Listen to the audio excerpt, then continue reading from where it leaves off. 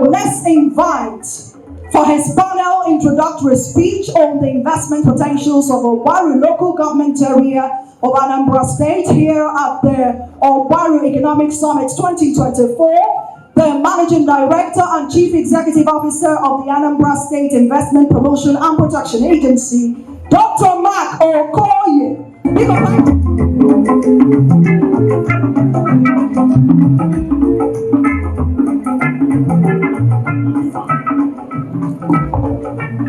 The chairman of the occasion, Igwe Omo, His Royal Highness, Royal Majesty, Dr. Oranu Chris Chidume, the Speaker of the Anambra State House of Assembly, Right Honorable Somto Udenze, Ogbaru, the former Senator representing Anambra North, Princess Stella Odua, my big auntie, you're welcome. Honorable Member representing Ogbaru Federal Constituency, Right Honorable Afro Mogene, you're welcome. Honorable Noble Igwe, my friend and brother, the recently elected and sworn-in Mayor of Ogbaru, Honorable Franklin Nwadialo, the traditional rulers present, the Honorable Commissioner for Budget and Planning, and all the other Anambra State government representatives from the Exco here present, traditional rulers, the chair of chairs, the religious leaders, organized private sector, the academia, and the organizers of the event, ladies and gentlemen. My name is Mark Okoye, and I'm the Managing Director of the Anambra State Investment Promotion and Protection Agency. When I got this invitation from the speaker about maybe 3-4 weeks ago, I did everything possible to ensure that I come, because I think this is in line. What Mr. Speaker and the organizers and India Ogbaru have done here is actually keying into the agenda of the governor, which is to drive economic prosperity, drive security, drive development in a decentralized format. There is a master plan for the state, but also every local government, every community also takes charge of its own development. We will come back to this title page, because I'm sure you can see some sketch there, but we'll come back there, because we'll end at the end of the presentation. I'd like to come back to this slide to leave it as my parting shots. So I'll be making a presentation that should be about 10 slides, hopefully it'll be about 12 to 13 minutes, maybe 15 minutes. And I apologize that I may have to run. I had mentioned to the speaker last night that I was in Abuja, and from there I was supposed to go to Lagos. But this was so important, so I had to ensure that I come. So please pardon me if I have to leave after my speech. Next slide, please. I think we'll just run through some of the points here, which really is just the Anambra that we have today. Where, as the first point, we have human capital, second highest population density. We share a border with the southeast, with the north central, with the south states, lowest unemployment at about 13%. Natural resource endowment, natural gas, crude oil, bauxite. In fact, the two major ones up there reside in Ogbaru. The mere fact that Anambra State today gets some element of oil revenue is as a result of the activity going on in Ogbaru today. Largest number of entrepreneurs, the presence of the river port, though it's not fully operational today, and the ease of doing business ranking for Anambra is at 7 in the country. Which is ranked by KPMG and a number of consulting firms in partnership with the federal government. We are 7th in the country, but first in southern Nigeria of all the 17 states. Next slide, please. This is just broadly to speak to our GDP and how it is composed. You can see that agriculture takes roughly around 19%, with industry taking 23%, and obviously services at 57%. If you disaggregate services, you're really looking at mainly trade and commerce, which is somewhat informal, and also all the banking and insurance services as the case may be. Next slide, please. So everything we do as ANSIPA is also keyed into the agenda of Mr. Governor, which is to build a livable and prosperous smart megacity state, and make it a preferred location to live, learn, invest, work, relax, and enjoy. And the outcome is that once this plan is done, when implemented in the next 10, 20 years, as the case may be. We want to become Africa's new axis of sustainable prosperity. For India Anambra, living outside Anambra. For India Anambra, living outside Anambra will be a choice and not necessarily under duress. Next slide. And these are really the pillars as to how it is broken down. But today, I think a lot of our conversation will focus probably on the first two buckets, but really to achieve the prosperity we want. Really, most of our discussion and conversation will revolve around the second pillar, which is economic transformation and infrastructure. Next slide, please. And obviously, before going here, I'll then state that the government, I've happened to be in government for some time over the last 3 administrations, and I believe that the impact that the current governor is making in Ogbaru is unfounded. This is the first time that I have seen Okoko get this sort of attention with 12 kilometers of roads, the water, the general hospitals, and plus the really big agenda Mr. Governor has for Ogbaru, which I will come to on the last slide when we go back. Along the eastern banks of the River Niger, some unique advantages that we have is that it's a coastal economic corridor. Has an industrial cluster. Has a vibrant agroeconomy, though small scale and more subsistence farming as opposed to mechanized. But I have been to the home of this Senator Odua some 7 years ago, and I saw at least over 150 egg ponds there, and a cassava processing plant. So what she's done, for example, is ideally what everyone who has the opportunity to be in power, but also explore ways to channel your own personal resources to develop your immediate community. So I thank you, Ma, for that. And then another advantage that Ogbaru has is the landmass. Many parts of Anambra today are already built up. Ogbaru still has, probably, from my estimation, at least 95% of its landmass still available for planned development. And I will come to that at some point.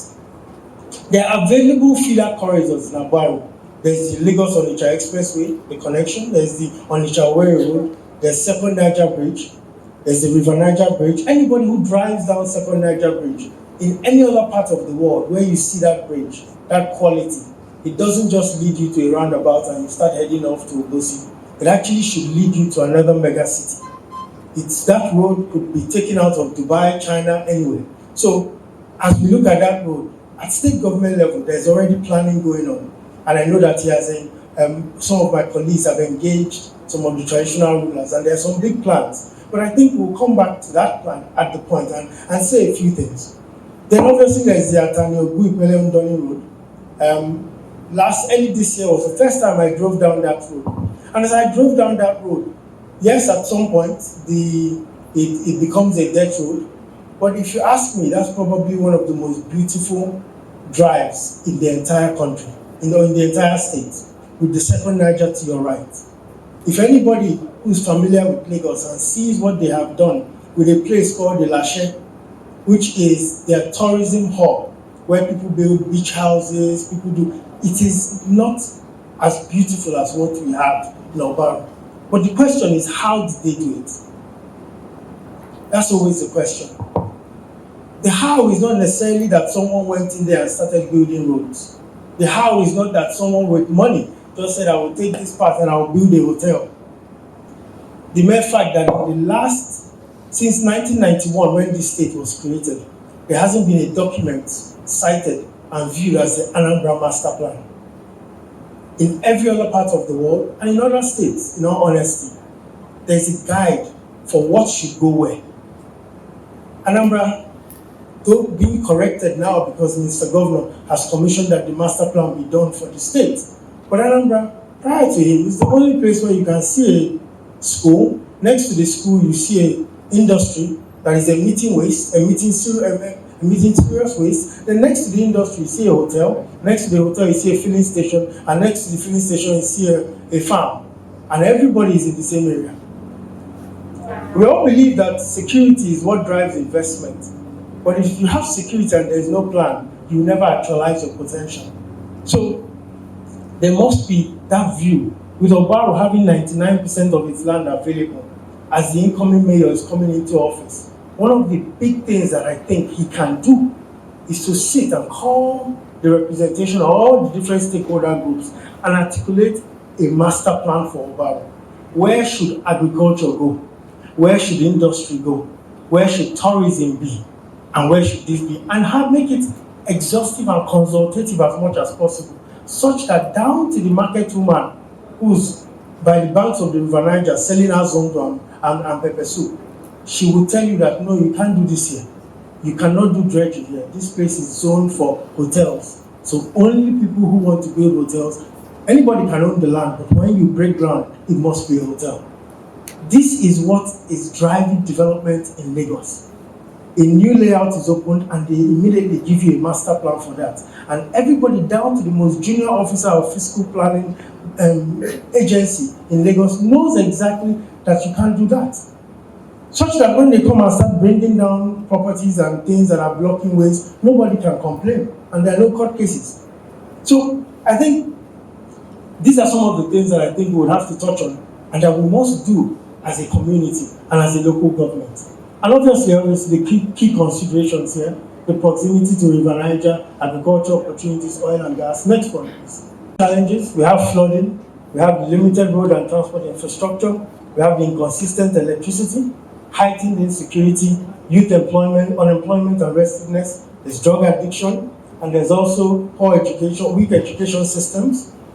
So it's a matter of, in my view, when I see problems, I believe that those problems, by solving them, solutions emerge and opportunities then come up. I look at the youth restiveness issue in Ogbaru and I ask myself, is the solution hiring more vigilantes, or is the solution articulating a plan for Ogbaru that can bring in investment opportunities and then create jobs? Because as much as you build the vigilante systems and so, if there isn't that industry that is creating jobs for the young men, ultimately they will go back to the streets. And to address these challenges, it is not only government. It is government, it is private sector, it is academia, it is government at all levels, both Senate and both the federal, state, and at the local government level. Next slide, please.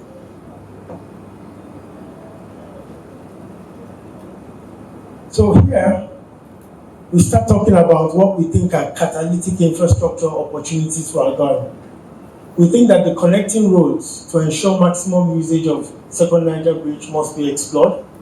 We also think that there needs to be proper development of the River Niger Coastal Road to unlock the axis as an industrial cluster. We think that the river port development can also transform Ogbaru. We, on our own, had conducted a pre-feasibility study. Everybody hears about the Ogbaru River Port, about the Osakwa River Port. But from our analysis and from what we've seen in the pre-feasibility study, it will almost not be viable because of the amount of channelization we have to do from the River Niger directly into Osakwa. And at anywhere else in the world, when you see that river channel, that perhaps those channels can also harbor 2-3 ports as the case may be. And for those who are federal government, who also know that when the River Second Niger Bridge was designed, it was also supposed to be much higher to ensure barges can go under. But to cut costs, they reduced it. So what does that mean? In my view, it means that the ports that may emerge after the Second Niger Bridge may not be as viable as those that come just before. One of the best places to site a river port is a place called, I don't know the place, but from Google Map, it's called Ogbaru. Is it Ogbaru? Wow. Okay, yes. A place called Ogbaru. They advised us, and they said, oh, this is it. Now, why am I using this as an opportunity? Because with a port, it creates a huge number of opportunities, 20, 30, 40,000 jobs. Then you pay a port and you add an industrial park of 20 or 30, 40 hectares next to it, and automatically you created a new axis of growth and opportunity for the state from that axis. Why am I using this as an example?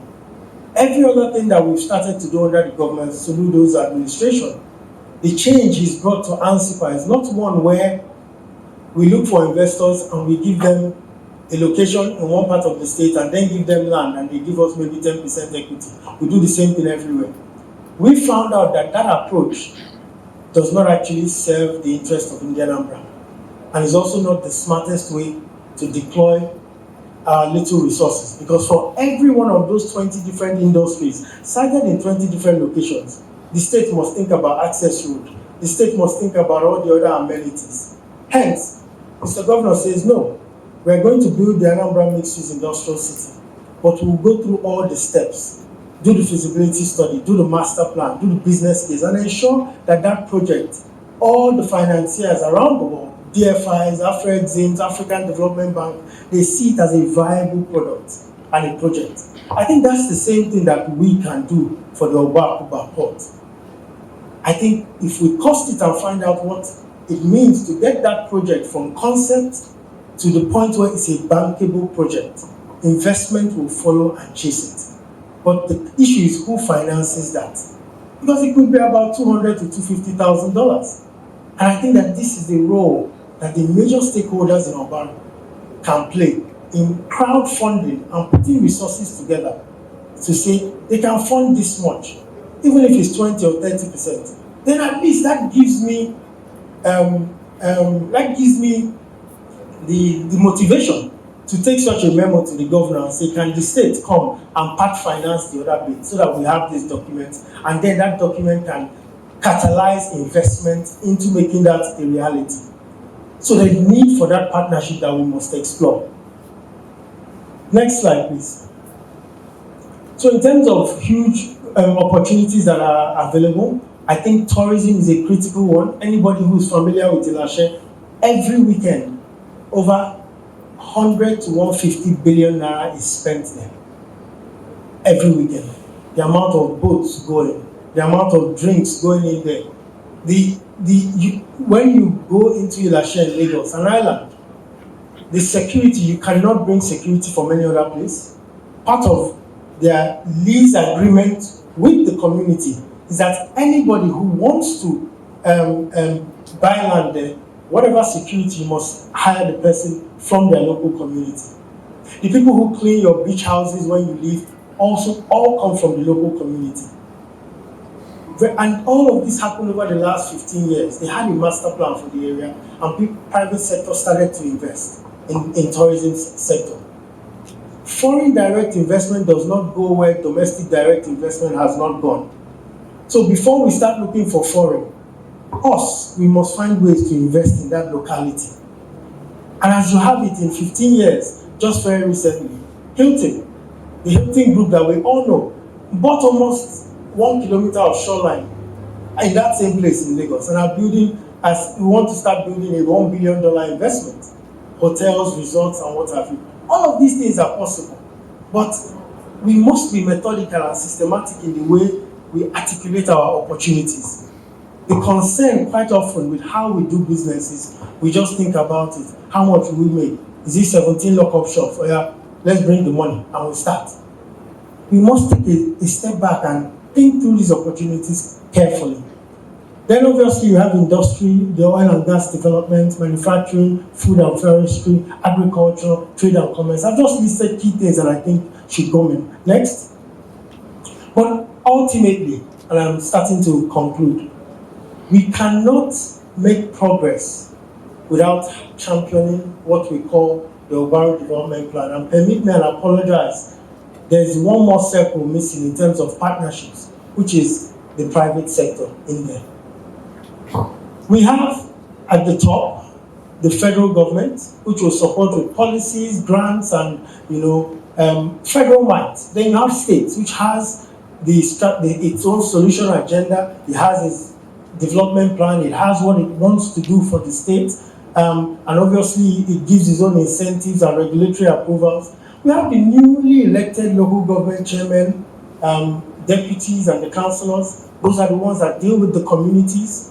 They also provide approvals. Then they provide the land and what have you. Then we have the traditional rulers and PGs who are able to manage stakeholder engagement down to the smallest components of the, and then obviously the diasporans, the indigenes, the resident and the host community, the youths, and lastly the private sector.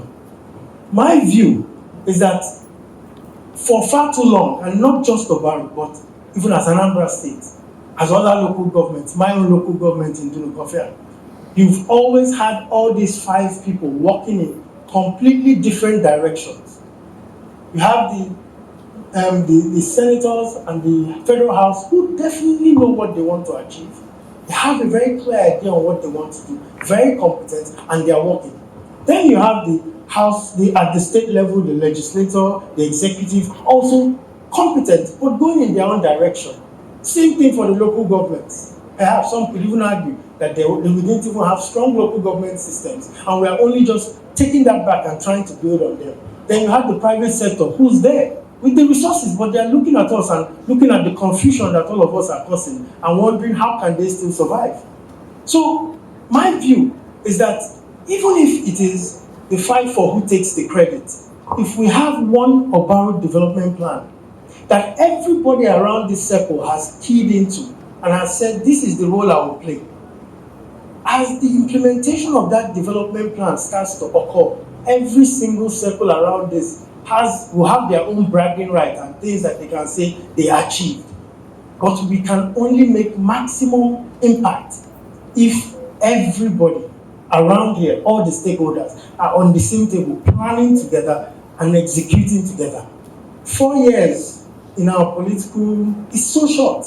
Because when you take out public holidays, which we like to celebrate, the Muslim way, the Christian way, the other way, you've lost about probably 40%. Public holidays and weekends, you lose 40% of your year. So you're only really working with about 2 years plus. Then you have to campaign in there. Then you have to politic. So it's down to about 18 months or 19 months. So if there isn't that level of organization and teamwork being put together to achieve the desired results and prosperity, we will not go anywhere. Next slide, please. So my view is that living here, I think from the deliberations that will come from the different panels and the conversations, we will start getting an idea of what we want as the Ogbaru developmental agenda. But once we have that agenda, which is our vision, the opportunities that we want to key into, we need to see how we put that into a physical master plan for Ogbaru. Where will agriculture go? What land are we reserving for agriculture? What land are we reserving for agro-enterprise? What land are we reserving for oil and gas free trade zone, if at all it will exist? What areas are we going to put our schools? Where do we want to put our this? Mr. Chairman, that is what should drive your interventions, in all honesty.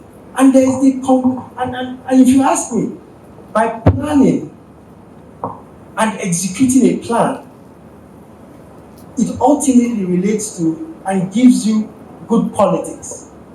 Because if things are done on an ad hoc basis, oh, this community said they wanted this. So most times, when a community says they want this, many times if you investigate further, you find out that it is one powerful person in that community that wants that. But if you ask that same community to go into a hall like this, you present how you want to work, the areas you want to focus on, and ask them, all their representatives, their different village heads and women leaders and youth leaders, and ask them what exactly they want. You will hear a completely different result. So try as much as possible to drive your stakeholder engagement to the smallest molecule, such that everybody is there and you can get truly what the people want. So once we have that master plan, it should then drive all the different interventions. And then lastly, who says we can't have an Ogbaru investment company? You're going to make investments in agriculture. You're going to make investments in healthcare, in education. But gone are the days where you go and maybe develop 200 hectares of land for people to farm and you leave it. You leave it there, you see it, and the public sees it as a government project. But you make that investment through a special purpose vehicle, a company, no matter how small and skeletal the management is, and ask them, this money I've invested in this 200 hectare farm, we must at least recover 30, 40, 50% so that we go and invest in another one. And you see the complete difference. So try as much as possible to leverage the public-private community partnership as as launched by the governor, where you're bringing the private sector, you're bringing the community leaders, and also you're bringing the government resources to achieve a lot more. Next slide. I don't expect that the conversation ends here. I believe that on the back of this summit, there will be a communique, and that communique will set forth very specific goals on how we want to engage. I am happy to serve on a committee. I'm happy to do anything, and it will be at no cost from my end because my governor is paying my salaries already. So it will be to support what we are doing in Ogbaru, to see how we can transform Ogbaru and perhaps use it as a test case. But I'll be honest with you, Mr. Mayor, my own local government too is reorganizing, so there's a bit of competition. Next slide, please. Then all the way to the first one. I'm sure some of you may have heard about the governor talking about Onitsha 2.0 and what have you, but irrespective of how you look at Onitsha 2.0, there is no land in Onitsha 2.0 for Onitsha 2.0. The land ultimately probably comes from Ogbaru. From my estimate, from what we see at Ministry of Lands in terms of the sketch they're doing as they engage with the local communities, we understand that 85% of that land resides in Atani, that area, whereas the remaining 15% is either Ogba or so. But essentially, Mr. Governor is already thinking into the future. It will take us time to develop this. But what it then means is that we are trying to see, or he's trying to see, how we can take advantage of all that swampy land that these same private investors have even taken risk on. And when they put, the thing sinks. They put again, it sinks. But we already have swampy land. We go to Lagos and some people here already own properties in places that were ocean, and they've recovered it and they are building. So that essentially is what he wants to do. The governor is conceptualizing a completely brand new city that will have logistics, it will have industrial parks, it will have residential, it will have academia. But it will be done in such a way that it can be done block by block by block. I believe land acquisition is currently ongoing, and once that is done, the discussions around its master plan and its funding will take place. So on that note, I really want to say thank you very much, Mr. Speaker, and everyone. And it's an honor, and I look forward to serving. I missed Honorable Onyema, sorry, sir. When I was going through, I did not acknowledge you. Forgive me, sir. So thank you very much, and God bless. An applause for you, please. Thank you so much.